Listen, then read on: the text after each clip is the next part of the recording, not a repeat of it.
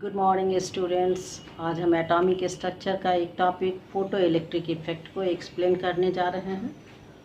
Photo electric effect is the ejection of electron from the metal surface when light of suitable frequency strike the metal.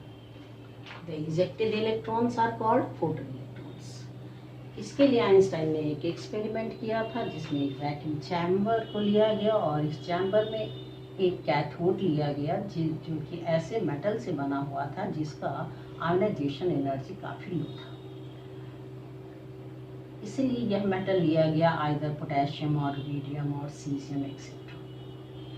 इसके सामने में एक detector को रखा गया जो कि नंबर ऑफ इलेक्ट्रॉन और इलेक्ट्रॉन की काइनेटिक एनर्जी को मेजर करता है। अब इस मेटल सरफेस के ऊपर जैसे ही एक लाइट ऑफ सूटेबल फ्रीक्वेंसी को इसके ऊपर इंसिडेंट करेंगे तो ये इलेक्ट्रॉन इस कैथोड से निकल करके इस एनोड की तरफ आएगा, इस जो कि डिटेक्टर है, और यह डिटेक्टर डिटेक्ट करेगा नंबर ऑफ इलेक्ट्रॉन और उसके काइनेटिक एनर्जी। तो आइए इसी को हम अब यहाँ पे देख रहे हैं।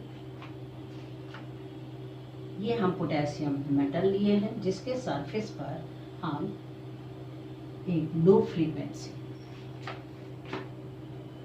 को इंसिडेंट करते हैं। यह लो फ्रीक्वेंसी सपोज कीजिए रेड कलर का है, यानी वेव गिवर का रेड कंपोनेंट है। जब इस रेड कंपोनेंट वाले फ्रीक्वेंसी ऑफ रेडिएशन को इंसिडेंट करते हैं तो यह यहाँ पे कोई एक्टिविटी नहीं होता है, यानी कोई इलेक्ट्रॉन बाहर नहीं निकलता है। अब जैसे ही इस म्यू1 से ग्रेटर फ्रीक्वेंसी वाले रेडिएशन को यहाँ पे इंसिडेंट करते हैं, सपोज कीजिए ये येलो कलर का है, जैसे हम इसके ऊपर इंसिडेंट करते हैं तो इलेक्ट्रॉन इस मेटल सरफेस से निकलता है, लेकिन ये निकल के इसी जगह पे रहता है। क्यों? अब ये क्यों निकल गया? क्योंकि ये फ्रीक्वेंसी जो येलो कलर का फ्रीक्वेंसी है वह मेटल में जो न्यूक्लियाई है उस न्यूक्लियाई और इलेक्ट्रॉन के बीच का जो फोर्स ऑफ अट्रैक्शन है उसको ब्रेक करता है, केवल ब्रेक करता है। अब हम इससे ज़्यादा फ्रीक्वेंसी वाले रेडिएशन को इसके ऊपर इंसिडेंट करेंगे। सपोज कीजिए वो μ3 है, सपोज कीजिए वो हम डाल दिए हैं। तो अब जैसे ही हम इसको इंसिडेंट करते हैं इस μ3 यानी इस फ्रीक्वेंसी ऑफ रेडिएशन को जिसका मैग्नीट्यूड इस μ2 से लार्जर है, जैसे ही इंसिडेंट करेंगे ये इलेक्ट्रॉन इजेक्ट होकर के बाहर चला जाता है। अब ये बाहर जाने का मतलब हो गया कि ये इलेक्ट्रॉन अपने साथ कुछ काइनेटिक एनर्जी के साथ ही बाहर आता है। तो अब हम क्या देखते हैं कि ये सेकेंड वाले केस में जो रेडिएशन को इंसिडेंट किए वो क्या काम किया था? That energy break the force of attraction between nuclei and electron. ये क्या है? ये एटम है पोटेशियम का, जिसके आउटर मोस्ट से में 1 इलेक्ट्रॉन होता है, इसकी लो आयनाइजेशन एनर्जी होती है। तो ये जो एनर्जी है the minimum energy which required to break the force of attraction between nuclei and electron is called work function. And it is denoted by W. It is denoted by this work function. That is work function. अब इससे greater amount यदि हम दिए तब क्या हुआ? इसको भी ब्रेक किया, यानी इस फ्रीक्वेंसी का जो रेडिएशन था उसकी जो एनर्जी थी उसका sum of the energy used to break the force of attraction between nuclei and electron, outermost electron, and rest amount of energy shifted to the photo electron in the form of kinetic energy. Therefore, if the frequency of incident light is greater, then the kinetic energy of photoelectron is also greater.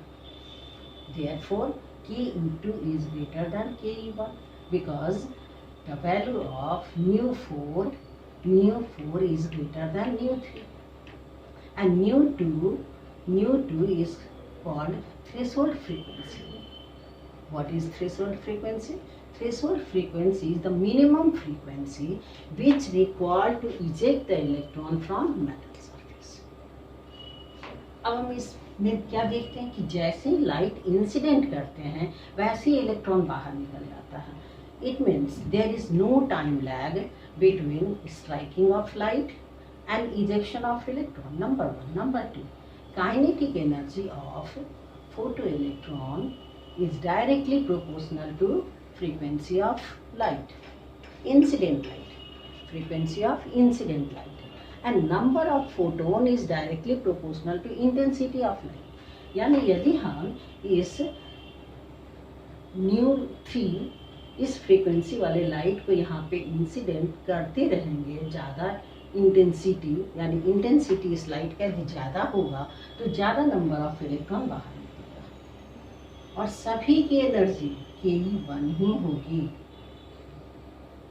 यानी intensity of light directly proportional किसका होगा? Photo electron का. जितना intensity बढ़ाएंगे light का, photo electron उतना ही ज़्यादा होगा नंबर में. अब आइए इससे क्या एक फॉर्मूला आया, एनर्जी ऑफ स्ट्राइकिंग रेडिएशन. जो इन रेडिएशन को हम यहाँ पे इंसिडेंट कर रहे हैं, एज फॉर एग्जांपल हम nu3 ले लेते हैं यहाँ पे इस फ्रीक्वेंसी. अब इसका एनर्जी क्या होगा? यदि हम इसी को लिखते हैं तो इसकी energy E is equal to h nu, यानी ये क्या हो गया hnu3, इसकी एनर्जी हो जाएगी. तो हम एक जनरल h न्यू ले लेते हैं. Energy of striking radiation h nu is equal to work function, यानी energy required to break the force of attraction between nuclei and electron, plus this amount of energy कहाँ गया था? Photo electron के साथ, plus kinetic energy of ejected electron, that is photo electron. Therefore formula will be kinetic energy of photoelectron equal to He minus h nu naught, h nu minus h nu naught, and we know that nu is equal to c by lambda. Therefore c को हम common ले लिए, hc equal to 1 by lambda minus 1 by lambda naught. Okay, thanks.